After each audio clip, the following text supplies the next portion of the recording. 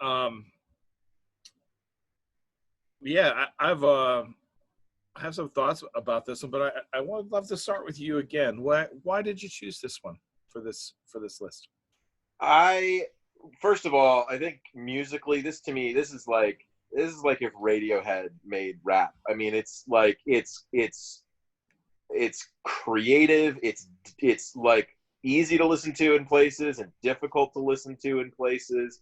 It's highly emotional and personal, and sometimes even like difficult to understand maybe some of the underlying meanings. It's a protest of, even though I mean, I think a lot of we focused on the injustices that are committed by the state, the police, racism, etc.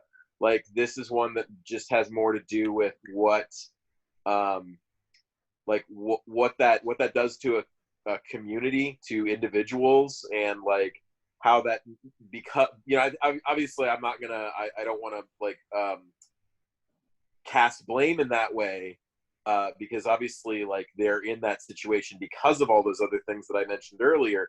But like, this is what it does to people. Like, injustices get magnified, and continue to get passed around. I just it's just feels like a really honest and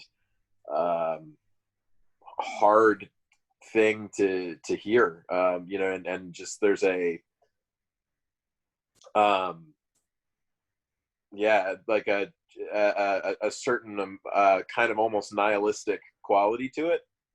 Um, Yeah, Kendrick doesn't always have the answers. He's got the right. questions. Um, and I think, yeah, I think it's very thoughtful. The song, but of you to put it in, because it is, it's about what's like some of the real stuff. Like, it's why everything else matters is suddenly to live in fear, and we know that like fear is literally killing black women and killing black babies. Yeah. um, Anxiety itself because of the stresses of all this other stuff. And I had never really considered thoughtfully the effect that would have on the children and the families and things like that. And yeah, musically, it is really quite a next level kind of thing. Almost, it's a shame, and I'm sure there are other words. Like, we know that genre people love to make words up.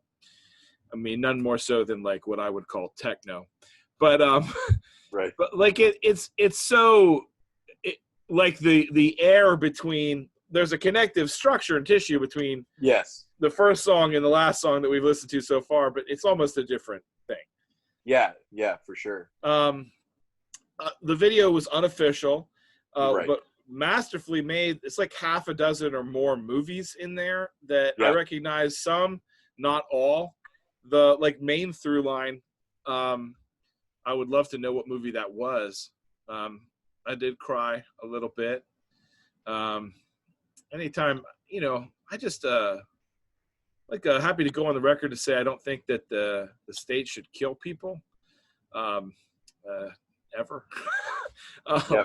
and and then just to thinking about kids left behind, and yeah, there's sort of a sense of I don't know, not a permanent nihilism, but there's no real hope on tap. So we're not saying that there'll never be hope, but there isn't any hope right now. Well, I think so, recently, so there was a drive-by shooting actually one street over from the from where we're moving.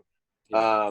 And they've been talking about it, made it into the news, and there was somebody, they didn't officially go on record, but a police officer that was just like, we arrest them, and like we tell them, like, if they don't knock it off, they're just gonna end up dead, and like they don't seem to care, so like what else are we supposed to do? And it's like, they're not acting. You told a story about, like, yeah, one of them accidentally shot their own friend. They were trying to do a drive-by, and they poked their head through the sunroof and accidentally shot their friend in the process, and like they were laughing about it. And I'm like, Yeah, so let's sit with that for a minute. Like, this is not a like, yeah, they're just nihilists, they don't care, you know, they're Right, evil. right. It's like, yeah, man, like they've got PTSD. They're so desensitized, or not even desensitized. They're masking, they're coping with those feelings the only way that they can. Yeah. Because of this underlying situation that we're in right now. You take the regular difficulties of life and you add in the difficulties that come from being in quarantine and possibly having jobs taken away and whatnot, and it's like, yeah, like, we would absolutely be in that same situation if we were in that same situation, you know, like we would do the same thing if we were in that situation potentially. So it frustrates me when it's sort of like that. There's that sort of like shrug, throw your hands up in the air, like, and I've seen that. I've seen comments where it's like, man, this is just what things are like, in the ghetto, what are you going to do? And it's like, do something. Change the situation. Right. There's an implicit sense of this is how they are, those people. Right. Too. It's not, that's an unspoken. Yeah. Yeah. Well, how are we going to wrap this thing up, man? So we're going to wrap it up actually with a nod back to where this all started. This is a song by a rapper named Rhapsody, a female rapper. This is a song called Nina. And she references Strange Fruit in the song. And I thought, what a cool way to kind of go full circle with this. And she's fantastic. Highly recommend her stuff, particularly, I don't remember the name of the album this is from, but it's her most recent album. And every album is named after a black female important woman. There's, a variety of people referenced in this, like Oprah's mentioned and a bunch of other people too. So it's a great album. This is one of my favorite songs on the album. All right, let's take a look.